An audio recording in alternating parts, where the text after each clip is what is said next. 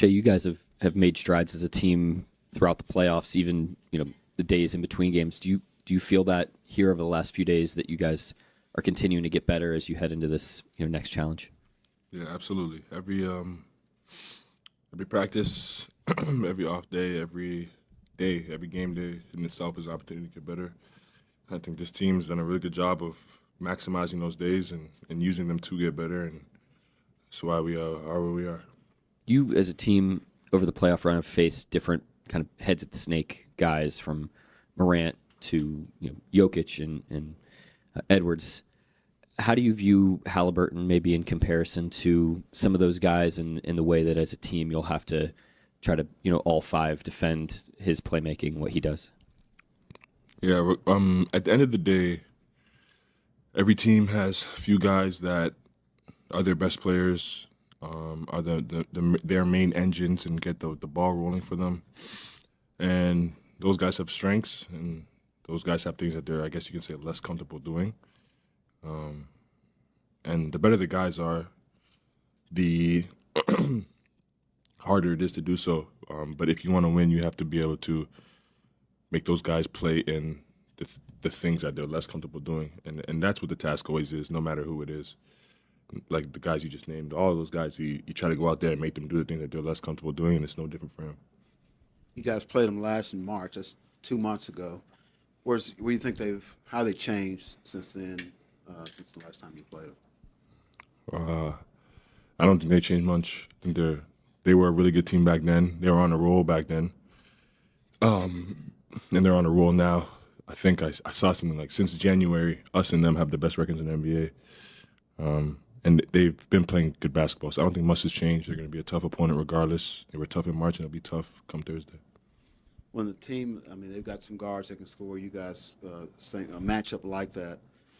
Do you approach it first from a defensive mindset first and foremost? Like they've got Halliburton, you got you and Nimhart, some of the other guys coming off the bench. How do you approach a matchup like that from an offensive standpoint, defense first? Defense first. It's always defense first. If we're able to buckle down defensively, we can take care of the offensive side, and it also allows us to play more in our strengths offensively. But defense is always where it starts.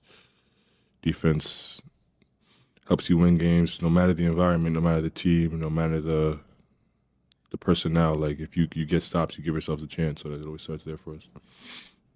All right, so 2 parts here. Number one, what stands out to you about Indiana and how they push the tempo and why they're so good at it? And then the second part of it would be how comfortable are you guys running? Because you guys are pretty good at running too. They're maybe a little better known for it, but you guys run just as well. Yeah, they play fast. They're stubborn in the way they play. They play like that no matter the game, no matter the environment, no matter the round or stage. They play to their identity, and that's why they've been really good. They impose their will on the team. Now it's just about us being able to impose our will, and that's what it always comes down to. No matter if it's game 41 or it's game 91, like the team that wins, is the team that imposes their will and has their imprint on the game more, and that's what it's going to come down to. Shai, Mark was talking yesterday about kind of the importance of those 20-ish win seasons that you guys went through a few years ago in terms of laying the foundation for what you are today. Would you agree with that? And in what ways do you think those struggles help get you guys to where you are today?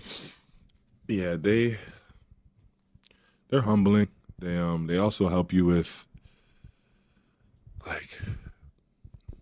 like Coach said, building foundation, but like building habits.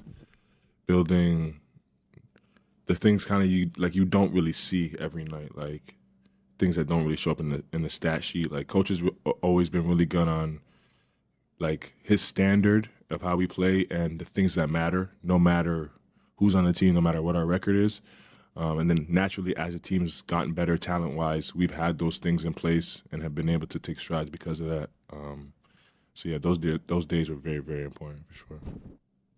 Shai, I know when AC brought his 2020 ring to the locker room, it sort of started with him maybe like showing it off, and then it became like guys being curious about it. What do you remember being curious about in regards to the ring, his journey, and what, in terms of his message, has stuck with you to this point and is maybe resurfacing this week? I don't remember much about it, to be honest, besides it being like a very nice ring. A lot of diamonds in it. It was cool. But yeah, AC's message has always been like, AC's been very good at understanding like playing for a bigger picture and playing for like what we're trying to achieve and not playing for the moment. Like not worrying about who we're playing on game 32. If we're up 15, but not playing to our standard, he's holding us to it. He's been really good with that all year, and I think that mentality has definitely helped us get here to this point. And I don't know if you saw it, but the other night, Miles Turner, after they won, was just kind of like half jokingly saying that both of these teams are they're run off like the power of friendship. I just wonder if this is the closest team you've been part of, and how that maybe has translated to the growth and gotten you guys to this point. Yeah, we've been as close as you can be as a basketball team. Guys are connected at the hip everywhere we go. We do everything together on and off the court. But above all, we all like prioritize winning and enjoy each other's company. And I think it's organic, so I don't think it's anything like forced. It's just who we are and the personnel in this basketball team. And even the guys that have come into the fold have been team first guys and guys that are easy to get along with. So I think it's just like organically happened that way.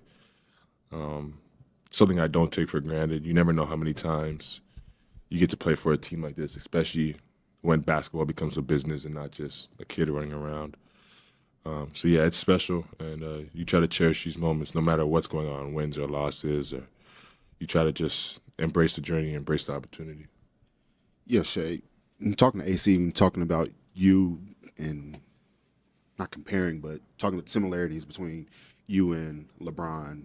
You mentioned how the thing that y'all most have similar with each other is the habits that you guys create coming into the building every single day, and don't get too high, don't get too low, and no matter what, that you guys are doing things the right way. Where did that for you start in coming into the building, not getting too high, not getting too low, making sure you're coming in with the same habits every single day? As a kid, I used to be very emotional. I used to be very high and very low, and I was all over the place, basketball-wise, because of it. And I learned just throughout my career and throughout life that like there's gonna be ups and downs. There's gonna be lefts and rights, and the more you can stay even keeled, the more you can control what you can control and worry about what's next, is the better off you'll be, no matter what you're feeling in the moment. And then I just try to carry that out throughout my career, throughout my life, and it's worked for me so far. How much of that do you try to impress on your teammates? I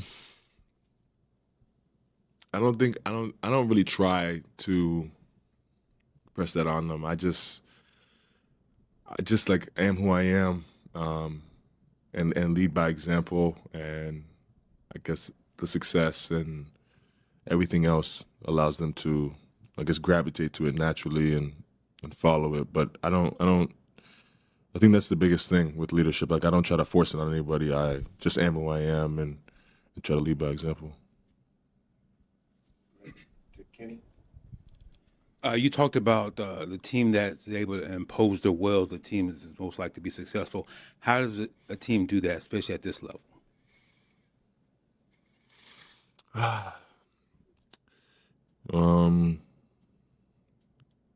You have to. It's gonna sound like not rocket science and not special, but like you just have to like impose your will more. Like you just have to.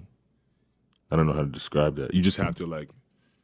If they want to get to this spot, you have to beat them to the spot. If they want to cut back door, you have to make sure they don't cut back door. If they want to beat you to a screen, you have to beat them to the screen. Like, you just have to take them out of their comfort zone and play in your comfort zone. And they're going to try to do the same thing to you, but whoever does it more, and whoever plays in their comfort zone more, usually comes out the successor. Is that something that you learned through experience, especially going through the playoffs, or is that something innate?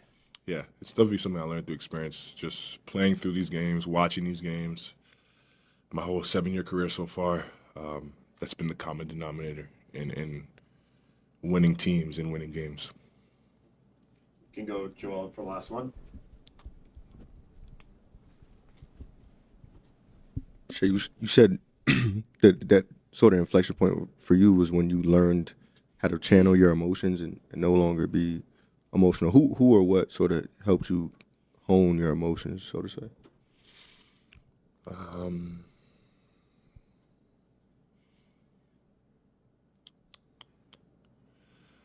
One of my coaches in high school, I used to be a kid that would get mad and throw the ball around the court over a pickup game or a dumb possession, like if I get fouled and it didn't get called or anything like that. And I just he just taught me that well, above all, he taught me that the older you get, the less you get away with things like that, and you're not like a kid anymore, and real life consequences come into play. And then he also just showed me that to be the guy that I want to be. I was the best player on the team at the time, but to be the guy that I want to be on a basketball team in the NBA, whatever it is, that I can't behave like that because it'll translate to the rest of my team. And as my team goes up and down, so will I, and so will the rest of the guys, and it'll be hard for us to sustain whatever it is we're trying to do. And that lesson just always stuck with me, and I guess I've taken it every step of the way.